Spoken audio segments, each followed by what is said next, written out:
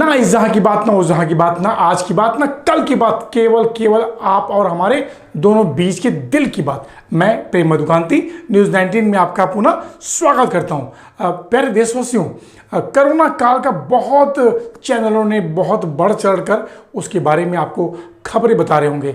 हमारे देश के प्रधानमंत्री नरेंद्र मोदी ने जिस दिन से लॉकडाउन किया उस दिन से सोशल डिस्टेंसिंग का पालन करने का बहुत सारी बातें बताने का प्रयास चल रहा है। कुछ हमारे इसमें मेगा स्टार, सुपरस्टार और सदी के महानायक अमिताभ बच्चन जी का भी आप लोगों ने उनकी बातों को सुना होगा। देशवासियों, सबसे बड़ा सवाल यह है कि सोशल डिस्टेंसिंग मेंटेन करना बहुत आवश्यक है, लेकिन ये जो सोशल डिस्टेंसिंग है ऐसा ना हो कि ये बाद में एक सोशल डिफरेंस का बहुत बड़ा कारण बन जाए। हमें सोचना पड़ेगा, हमें ध्यान देना पड़ेगा कि हमारी जो भारत देश की जो संस्कृति है, जो परंपरा है, वो एक तरह से हमेशा मिलजुल कर लोगों को सम्मान देने का एक यहाँ से शुरुआत से ही इसका एक चलन रहा है।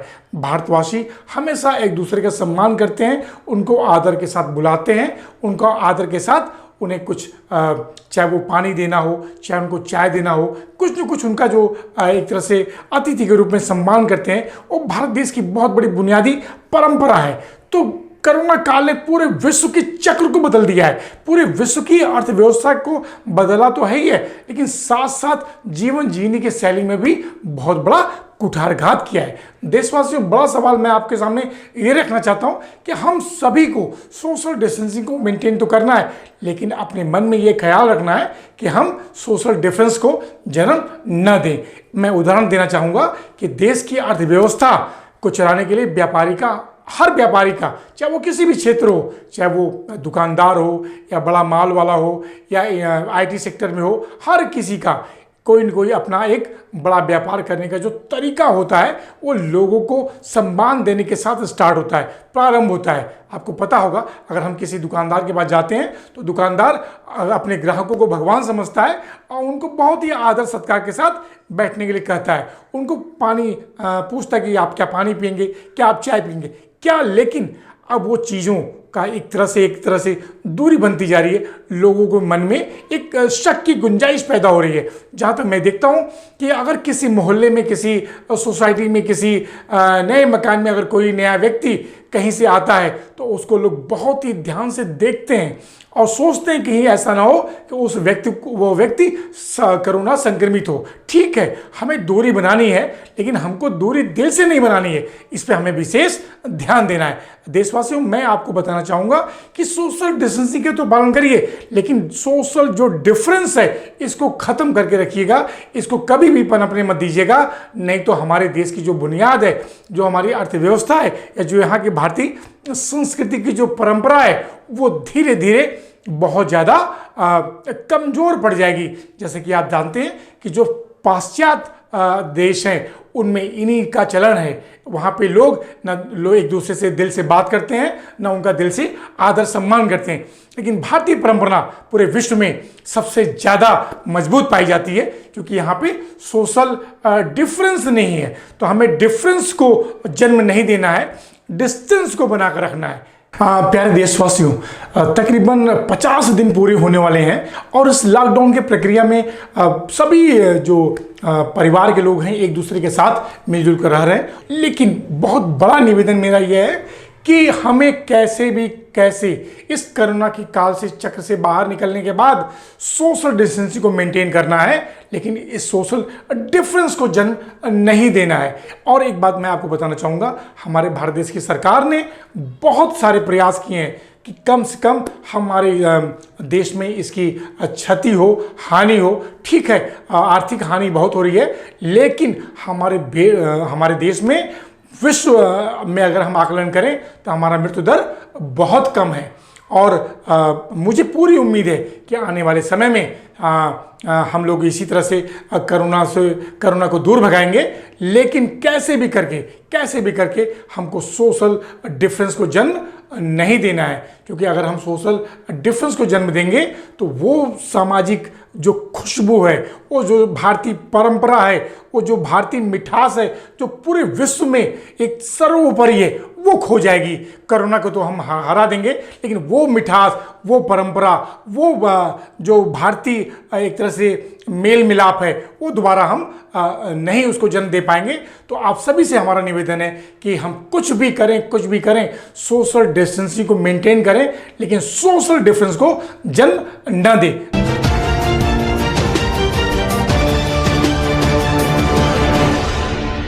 यशपाल भाटी जी नमस्कार। मेरा सवाल कोरोना काल से संबंधित है। वो ये है कि इस चक्र में जो आर्थिक गतिविधियां हैं उसमें बहुत तरह की चुनौती आ रही है, तो इसके बारे में आपका क्या विचार है? प्रेम जी, अभी आपने पीछे देखा है लॉकडाउन 1, लॉकडाउन 2 जी अपने देश का, फिर आपने देखा विदेशों में लॉकडाउन। जी जहां जहां लॉकडाउन में लोगों ने आर्थिक स्थिति देखी, वहां जन सामान्य का सर्वनाश हुआ। अमेरिका में हो, स्पेन में हो, इटली में हो, जापान में हो, जब उन्होंने लॉकडाउन नहीं किया तो वहां इतना ज्यादा महामारी फैली कि लोग कितने मरे कुछ गिनती नहीं है जी। दूसरी बात, अब हमारे देश पे आ जाइए जी मोदी जी ने, जो हमारे देश के प्रधानमंत्री के साथ साथ देश के अवतार भी मानो जी, उन्होंने समय रहते एक फैसला लिया, जनता को एक दिन का लिया, एक जनता कर्फ्यू। जनता कर्फ्यू के साथ जनता से उन्होंने सहमति ले ली कि आगे हम लॉकडाउन चल सकता है हमारा जी लॉकडाउन को सब लोगों को जो है उस दिन से आज तक पालन कर रहे हैं जी। और ये जो चैन कोरोना की टूटी है, ये लॉकडाउन पालन करने से टूटी है। ये हम लाखों में होते। तो जहां तक आर्थिक स्थिति की बात है, जान है तो जहान है। जब हमारी आर्थिक क्या करेंगे, जब हम लोग रहेंगे नहीं तो कौन खाएगा उसे कमाई हुई चीजें। जी, इसलिए मेरा आप लोगों से भी या और लोगों से भी निवेदन है, सब लॉकडाउन का पालन। आप जैसे जो चैनल वाले हैं वो भी काफी इस बात का प्रचार कर रहे हैं कि भाई लोगों की आप मदद करें, गरीब लोगों की मदद करें, मजदूरों की मदद करें। तो पूरा देश एक टांग पे खड़े होकर सबकी खैर मांग रहा है, सबको खाना खिला रहा है। कहीं कहीं जो है दिक्कत रहती है, 100% तो कभी भी पूरा नहीं होता कोई काम। जब हम बिल्कुल अच्छे थे, जब कोई बीमारी नहीं थी, जब भी कहीं ना कहीं कोई ना कोई दिक्कत रहती थी, तो दिक्कत थोड़ी हो सकती है। लेकिन आज की डेट में मैं ये मानता हूं कि हम जो विदेश, जो विकसित देश है, वो फेल हो गए, हम पास हैं आज।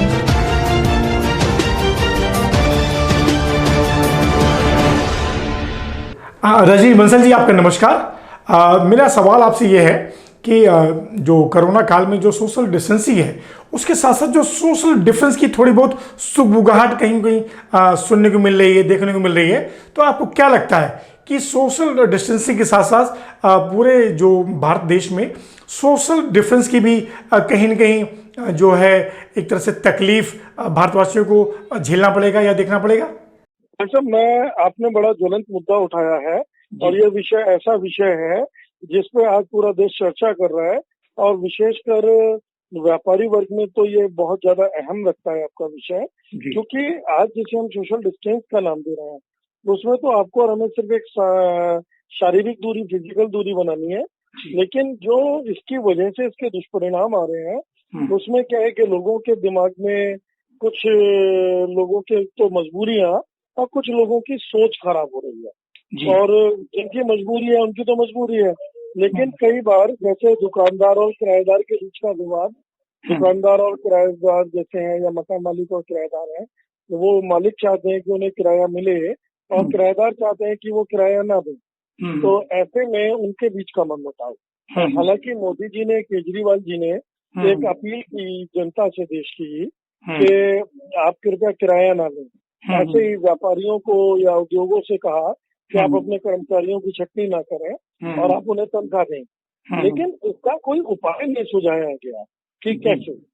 आप इस व्यापारी की मजबूरी को समझिए, जिसके यहाँ कोई 10 लोगों का, 5 लोगों का या कितना भी स्टाफ है, आज उसके पास आय का कोई साधन नहीं है। आज अगर हम बात करें तो वो किसी भी तरह की उसके पास आमदनी नहीं है और पिछले काफी समय से बाजार मंदी के दौर से है। ऐसे में उसे अपना परिवार चलाना है और अगर अपना परिवार चलाने के बाद उसके यहाँ जितने भी कर्मचारी हैं उन्हें भी पूरी तनख्वाह देनी है।